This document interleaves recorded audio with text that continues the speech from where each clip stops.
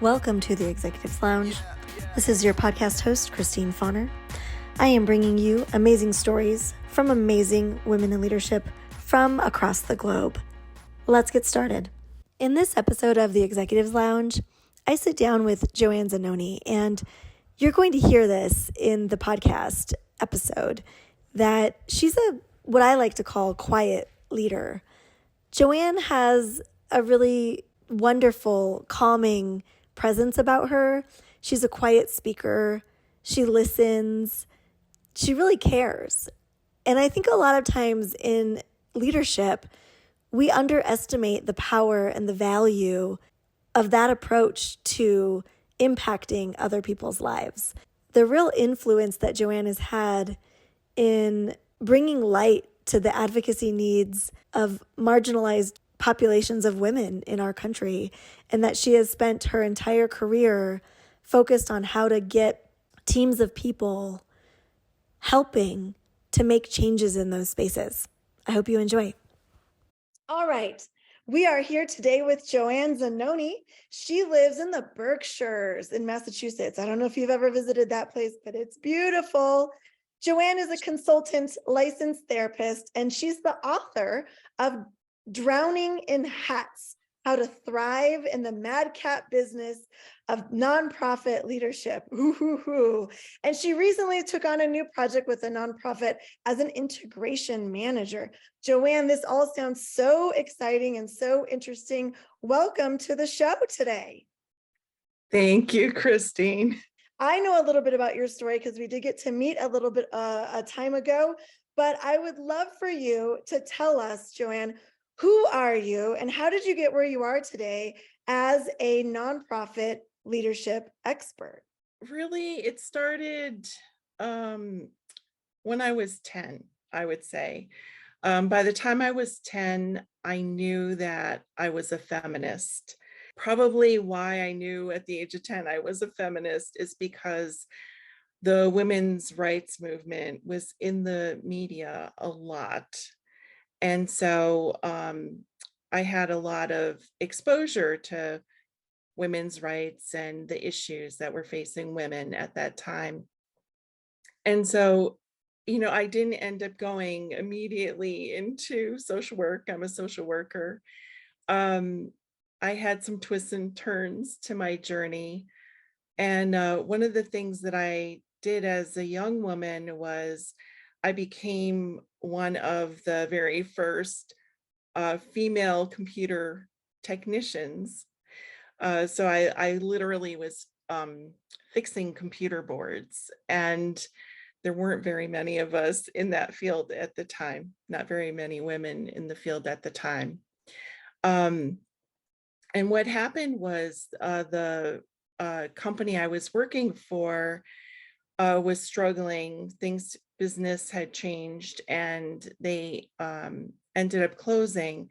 But as part of that process, I was laid off, and it gave me some time to think about really what I wanted to do with the rest of my life. And I thought, I'm just going to take one class. I'm going to start figuring some things out. So I went back to college. I took one class at my community college, and then I just kept going. And so I graduated from community college. I went on to get a bachelor's degree in social work, and then I went on to get a master's degree in clinical social work. So as part of my social work education, I needed to do internships. And the first internship I really wanted to do was to work at my local domestic violence shelter. And this is where the feminism and women's rights piece come back in.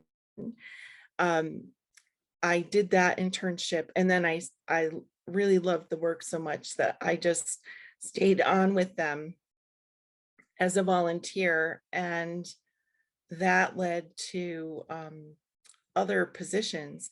It led me actually into positions where I moved from domestic violence work into sexual assault work. And I spent the last more than 2 decades, 23 years, working at state sexual assault coalitions, most recently as executive director for a dozen years at a state sexual assault coalition. Yeah, Joanne, I'm curious, when you talk about being a feminist at 10, I know I was riding bikes and picking blackberries in the bushes. And so, I had things I cared about maybe, but as a 10-year-old, I really don't know if I had knowledge of some of the plights that women were going through at the time. I'm just curious, what was resonating with you as this 10-year-old girl watching the news? Oh, I guess I was a little bit of an unusual child. Yeah. um, I was I was always a very observant child. And so I noticed what was going on in the world. Also, from the time as far back as I could remember, my mom had talked to me about all types of oppression. So racism, sexism, um, even religious persecution, all of the ways that people in the world are discriminated against. And so that was very, very much on my mind a lot. And I had the good fortune of living in places where there were diverse groups of people. And so I also had the opportunity to see what was happening in those people's lives. And, my mom made it very personal when she explained these things. And so just historically, there have been different types of oppression that have happened, to my ancestors. So it was very personal. And I just always really, I just cared about people's rights. And so, um, you know, I turned 10 in 1973, and the women's rights movement was just in the news all the time. Um, we don't really have that now. We haven't had that for a long time. But part of it is when I was 10, what was going on at the time. Yeah. And I'm wondering, you got into this profession that was really male dominated at the time in computer board work. And, did your feminism have to kind of lay dormant for a while, or did you find ways to engage in your community with this knowledge of oppression and with this passion for women's rights? So that's a really good question. I have to say that my feminism in part inspired me to do a job that typically only men would do. Um, and I expected that I would face, sexism, um, trying to move into that field. I have to say that I was so incredibly pleased with, I had to go to school for an entire year to learn how to do this. And I faced no sexual harassment or discrimination. I felt treated very well in that particular 1 year training. So that was wonderful. Um, in the workplace, I was the only female computer technician. And so, yes, I absolutely did face discrimination and some harassment. I've been wondering lately how this type of discrimination and harassment has impacted our careers and maybe career trajectories, career pathways, career decisions, and the just maybe some negative impacts of what may have happened. How did how did your experience with sexism, harassment in the workplace, how do you think that might have impacted your career trajectory and choices? Mm. Um, I think that it it definitely it definitely made the workplace feel unsafe at times. And just recognizing being less valued in ways, right? Or underestimated, undervalued. That's really tough. I don't think that people perform their best under those conditions.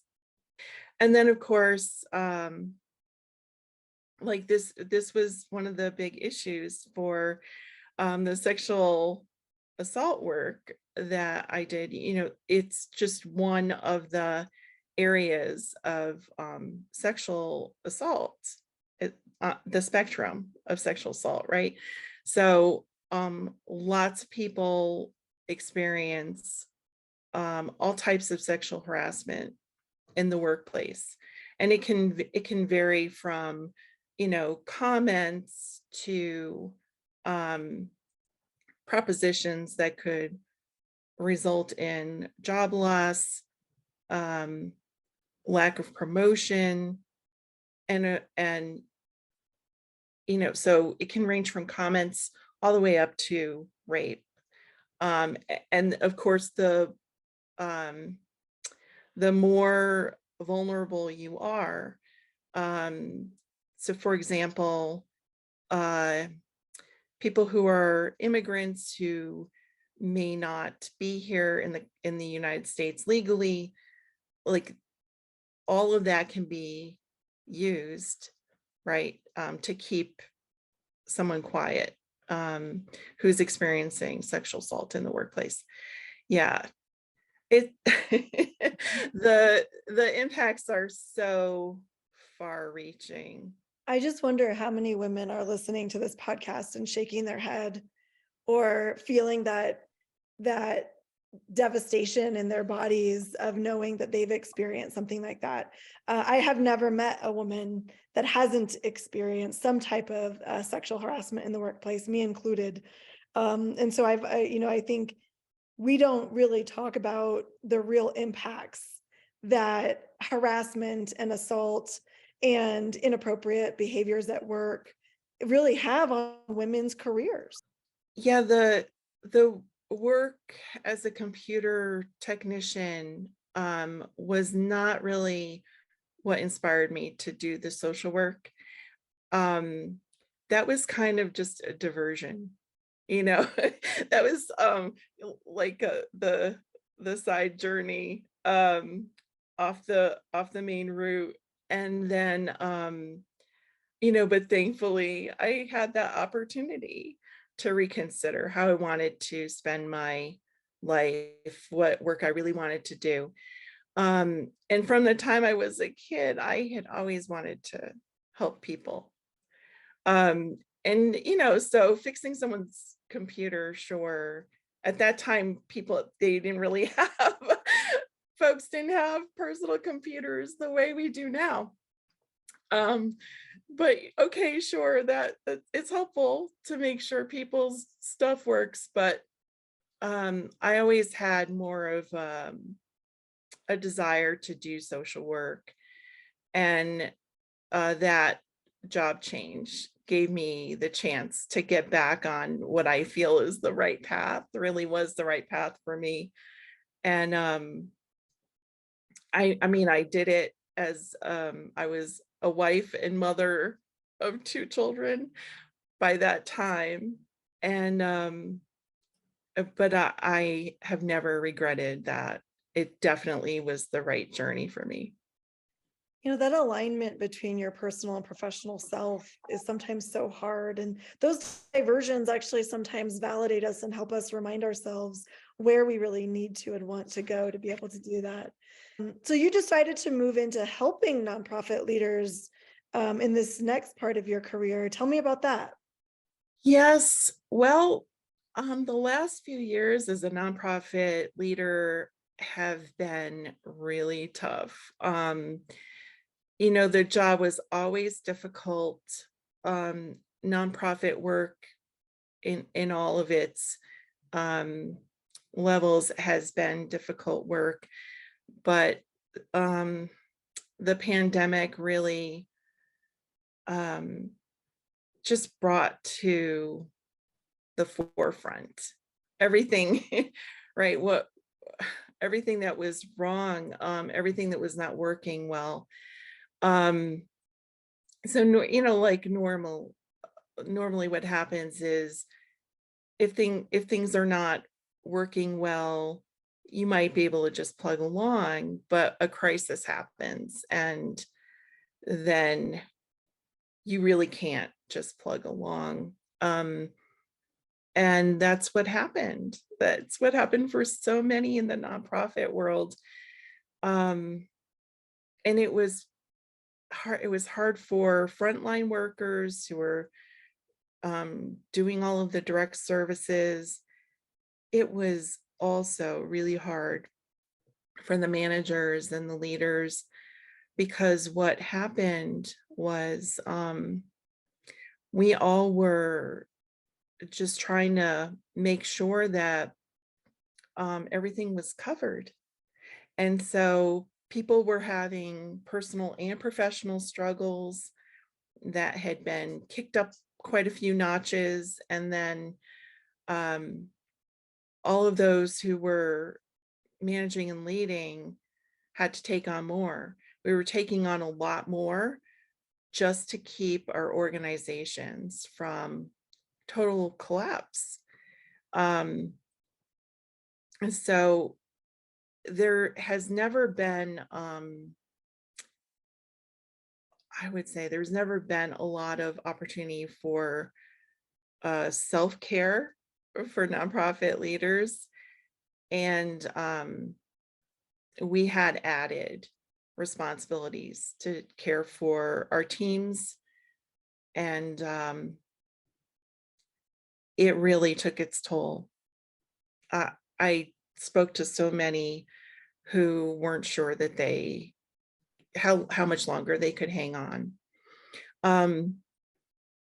So for me, there were other developments that happened during that same time frame, and I just knew that it really was the right time for me to leave my position with that state sexual assault coalition. And I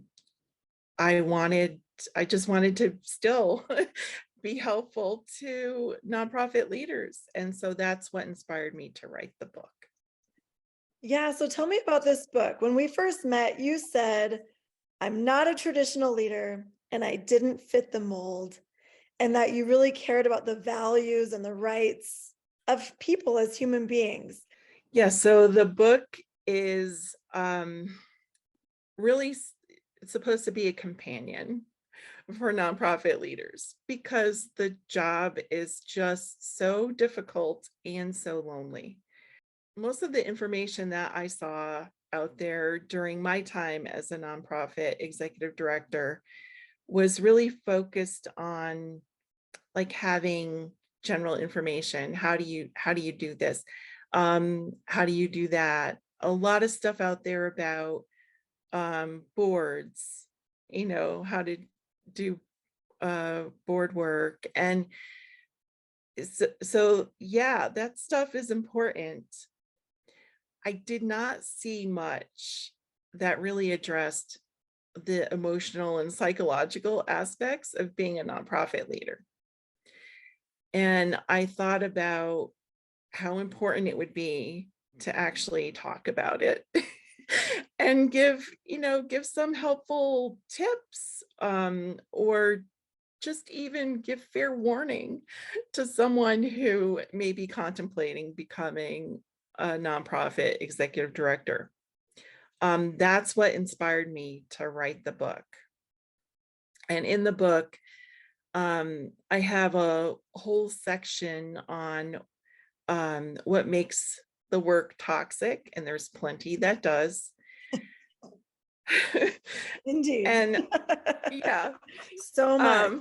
and but the majority of the book is focuses on these are the qualities that are really helpful for navigating and being the best nonprofit leader that you can be.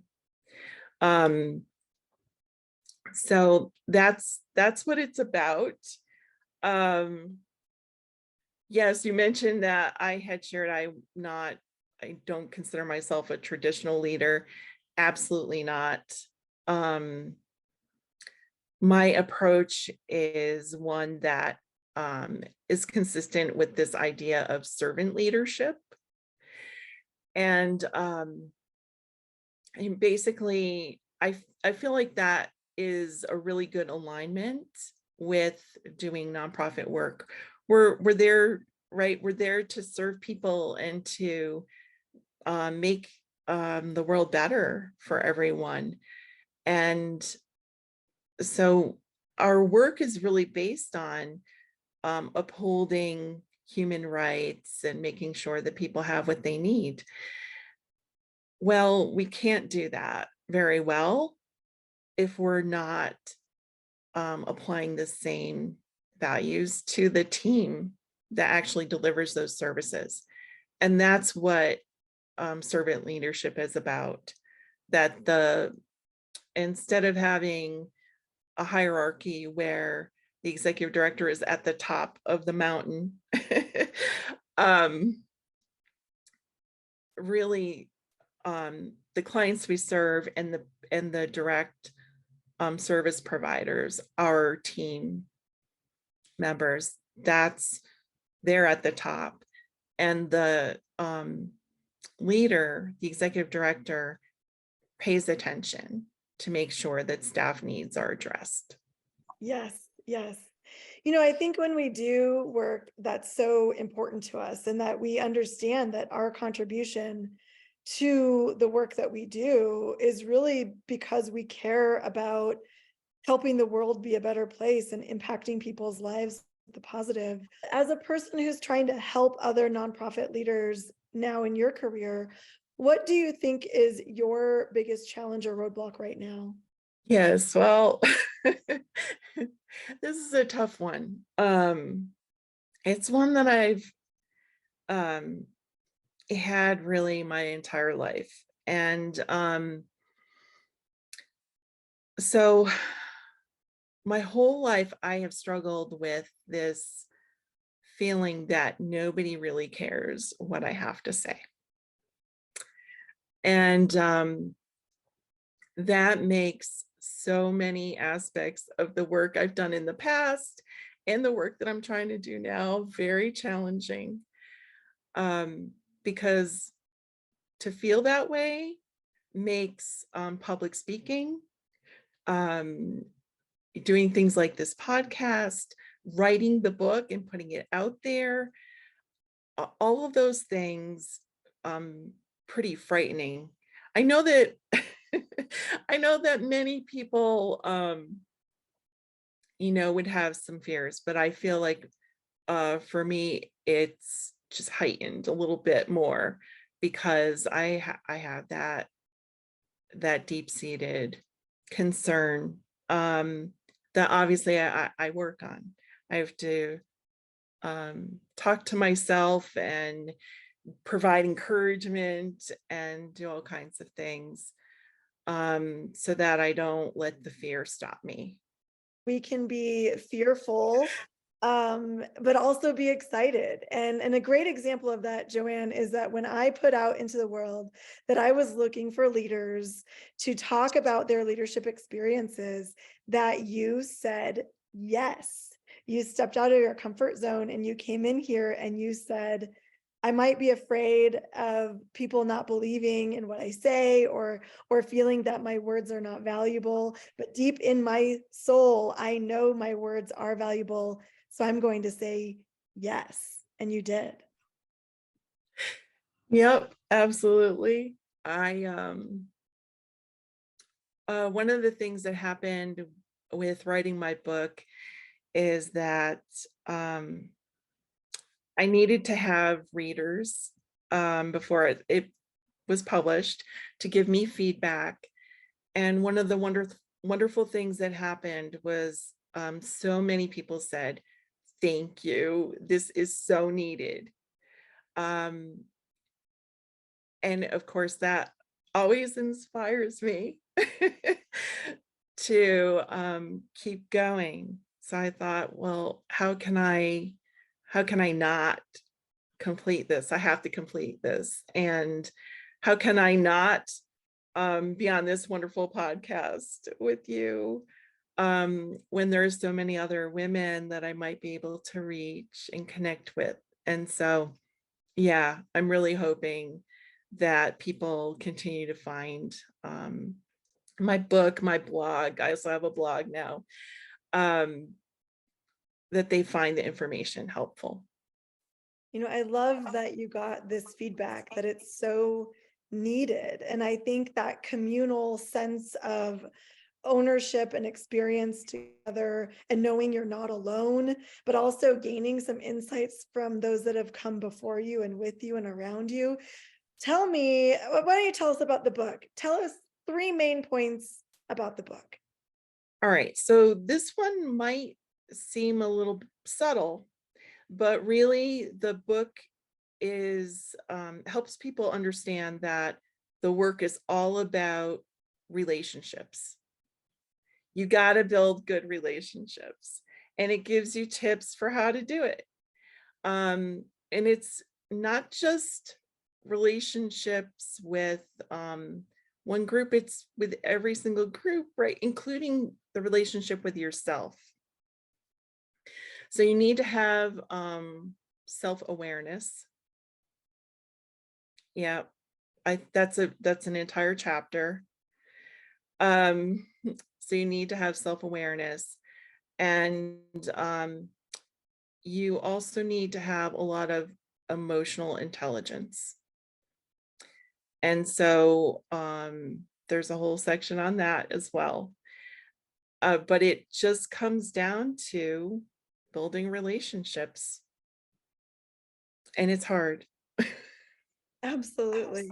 Yeah, we talk a lot about that in this community. We talk a lot about communication strategies, navigating difficult conversations, how to develop deep and meaningful connections with others. What do you do when things go sideways? How do you get over imposter syndrome? Or, we as women also tend to hesitate on the ask. We sometimes apologize for asking or hesitate to ask. We feel burdensome with ask. And I think that in nonprofit work and in leadership, we have to sometimes really be able to push through that to really reach our end goals and to really fulfill the mission of the work that we're trying to do. We are used to, in the nonprofit world, we are used to being undervalued, right? We're kind of having a full circle moment here. Right, going back. Um, there's definitely plenty of sexism and other oppression in the nonprofit world. Right, so the systems have been set up so that we don't have enough, and we're expected to do incredible things without enough. And I think it's easy to internalize that message of not enough. We were told that we can't ask for more. Like, there are plenty of messages, even if they're not blatant. All of the structures let us know that we should just be making do with what is totally insufficient. So yes, some of what I talk about between my book and my blog is that you need to remember your power. it is so easy to forget. And we're fearful a lot of asking for things, asking for what we need, asking for what we deserve. And also we're fearful of saying no and setting boundaries, telling a funder no, telling the governor's office no, telling legislators no. Yeah. Joanne, tell us where we can find information on how to get a hold of your book and read your blog. So you can go to my website, which has links to all of those, joannezannoni.com. My book is on Amazon, and my blog is joannezannoni.substack.com. I'm on various social media as well. So if you So many there's social not a medias now to choose from these days. And there aren't a lot of and guys, Joanne's book is called Drowning in Hats: How to Thrive in the Madcap Business of Nonprofit Leadership. We're going to have Joanne's links also in the descriptions for the podcast, so don't feel like you have to go and try to rewind here and listen. We're going to give you those links as well. Thanks for joining us today in the Executives Lounge, where we bust open the doors, slam through the ceilings, and make sure that we have a spot at the table and that we are the lounge. I am Christine Fauner, your executive leadership expert, continuously looking for those executive leaders that seek community, continuous learning, and have a desire to find the next adventure. Join us next time. Join our Facebook group, Roam Your Soul, and you can also find us on Instagram at Roam Your Soul. And don't forget to check out the website for upcoming adventures, www.roamyoursoul.com. And if you're looking for that next executive level leadership coach, you can find me at roamyoursoul.com/Christine Fauner Coaching.